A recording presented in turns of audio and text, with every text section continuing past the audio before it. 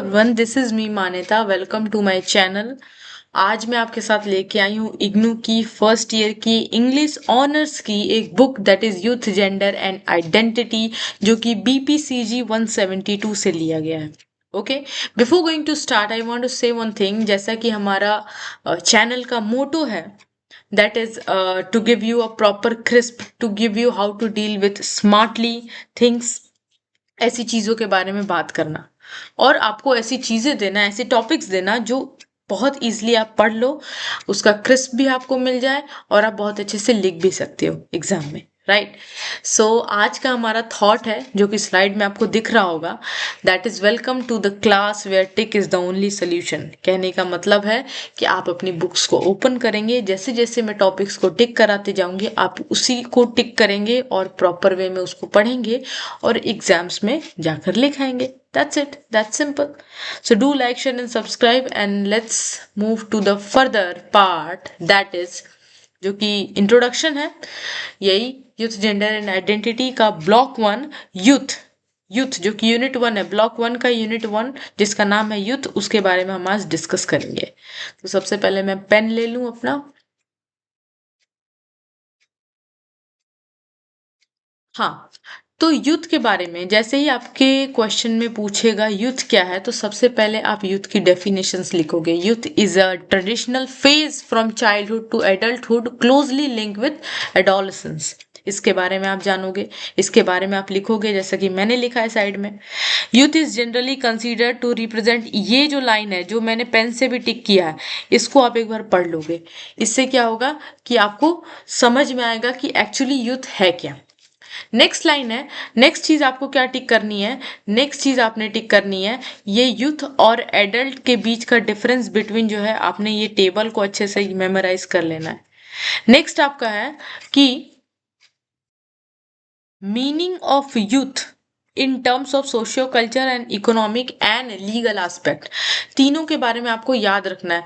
इसलिए मैं बता रही हूँ कि तीनों को इसलिए याद रखना है क्योंकि जब भी आपसे क्वेश्चन पूछेगा तो इग्नू डायरेक्ट पूछेगा आपसे कि डिफाइन यूथ एंड एक्सप्लेन।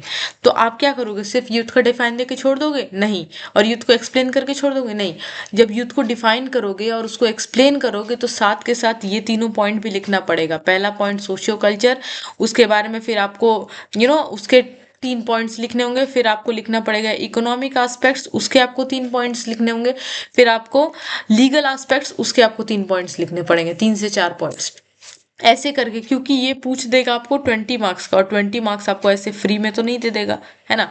तो इसीलिए चीज़ों को, इसको टॉपिक का आइडिया लेना ज़रूरी है।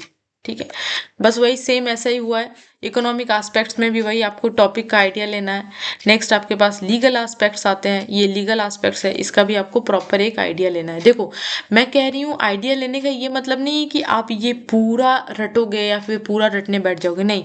देखो, मैंने लीगल एस्पेक्ट में सिंपली यहाँ पे साइड में 2 इंपॉर्टेंट पॉइंट लिख दिए हैं कि ये टॉपिक मेनली कहना क्या चाह रहा है। लीगल एस्पेक्ट में मेनली 15 से 12 साल के यूथ के बारे में बात हो रही है या फिर बच्चों के बारे में बात हो रही है। नॉट 12 साल, 24 साल के यूथ के बारे में बात हो रही है। Based on policies and law के बारे में बात हो रही है। बस आपको याद रख लेना इन चीज़ों को। ठीक है, नेक्स्ट आपके पास क्या आता है, नेक्स्ट आता है ये एरिक्सन्स थ्योरी। एरिक्सन थ्योरी को आपको याद करना है। कैसे याद रखना है, देखो, एरिक्सन ने 2 थ्योरीज दी थी, identity versus identity confusion and intimacy versus isolation. Identity versus identity में देखो, मैंने सामने में ही लिख दिया है, ये लाइन मैंने सामने में लिख दिया है, ये देखो, ये लाइन को, ये मैंने लिखा है पहला पॉइंट। अगर आप जूम करके ढंग से देखोगे तो लिखा है मैंने कि failure results in identity confusion, lack of direction, weak and self concept. कहने का मतलब है कि जब एक इंसान बार बार फेल होते चला जाता है, एक यूथ जब बार बार फेल होते चला जाता है, तो उसके पास कॉन्फिडेंस की लैक हो जाती है। ठीक है, ये बात है, और इसको आप बढ़ा के लिख दोगे। नेक्स्ट पॉइंट लिखा है कि अगर किसी और का सुनेगा तो कंफ्यूज्ड होगा। कहने का क्या मतलब है, एक यूथ अगर बार बार खुद, अगर आपको डॉक्टर बनना है तो आप डॉक्टर की प्रिपरेशन कर रहे हो, बाहर की 4 सोसाइटी बोलेगी यार इसे IPS क्यों नहीं बना दिया, कोई और सोसाइटी कहेगा यार आपने इसे इंजीनियर क्यों नहीं बना दिया। अगर 10 लोगों की सुनोगे तो आपका कॉन्सेप्ट कभी क्लियर नहीं रहेगा, आप हमेशा कंफ्यूज होते रहोगे चीज़ों पर। राइट, तो this is identity versus identity confusion. ठीक है। इस कंफ्यूजन में आप अपनी आइडेंटिटी को लॉस करते हो। ये कुछ पॉइंट्स आपको लिखना है, इतने सारे पॉइंट मैंने कह भी दिए, ठीक है। इसको आपको कॉपी में उतार देना है, सिंपल है। नेक्स्ट है intimacy versus isolation. Intimacy versus isolation में मैंने यहाँ पे लिखा है कि बिलीव करना खुद पे, ये देखो, बिलीव करना खुद पे leads to confident and powerful. जब आप खुद पे बिलीव करने लगोगे तो आप पावरफुल हो जाओगे, आप प्रॉपर कॉन्फिडेंट हो जाओगे, नहीं मेरे को डॉक्टर ही बनना है, सोसाइटी जो बोले भाड़ में जाए। क्योंकि तभी आप स्ट्रांग बनोगे, तभी आप कॉन्फिडेंट बनोगे। वरना अगर आप सोसाइटी की सुनोगे, लोगों की सुनोगे, तो क्या होगा कि आप वीक बनते जाओगे और एक ऐसा समय आएगा जब आप leads to isolation, loneliness and detachment, लोगों से डिटैच होना शुरू हो जाओगे, ठीक है। तो ये इंटीमेसी वर्सेस आइसोलेशन कहता है। हो गया इरेक्शन थ्योरी कंप्लीट। नेक्स्ट आपको याद रखना है जेम्स मैरिकास थ्योरी। क्या है जेम्स मैरिकास थ्योरी? जेम्स मैरिका कहती है ये लाइन, इसको आपको याद रखना है, ये जो पॉइंट है, ये आपने याद रखना है कि जेम्स मैरिका ने क्या कहा। देखो जेम्स मैरिका, मैं ऊपर ऊपर से बता देती हूँ कि जेम्स मैरिका ने 3 आइडेंटिटीज बोली थी। पहली लिखी थी, 3 आइडेंटिटीज बताई थी। आइडेंटिटी ऑफ डिफ्यूजन, नेक्स्ट है identity foreclosure, next identity moratorium and lastly identity of achievement. देखो आइडेंटिटी ऑफ डिफ्यूजन क्या कहता है कि नो क्लियर डायरेक्शन। देखो मैंने एक लाइन में लिखा नो क्लियर डायरेक्शन, तो स्टडी नहीं तो काम नहीं। कहने का क्या मतलब है कि ऐसा यूथ जिसका कोई डायरेक्शन ही नहीं है, काम करना है कि पढ़ना है कि क्या करना है, कोई उसको आइडिया नहीं है, ये होता है क्या आपका identity of what, identity of diffusion.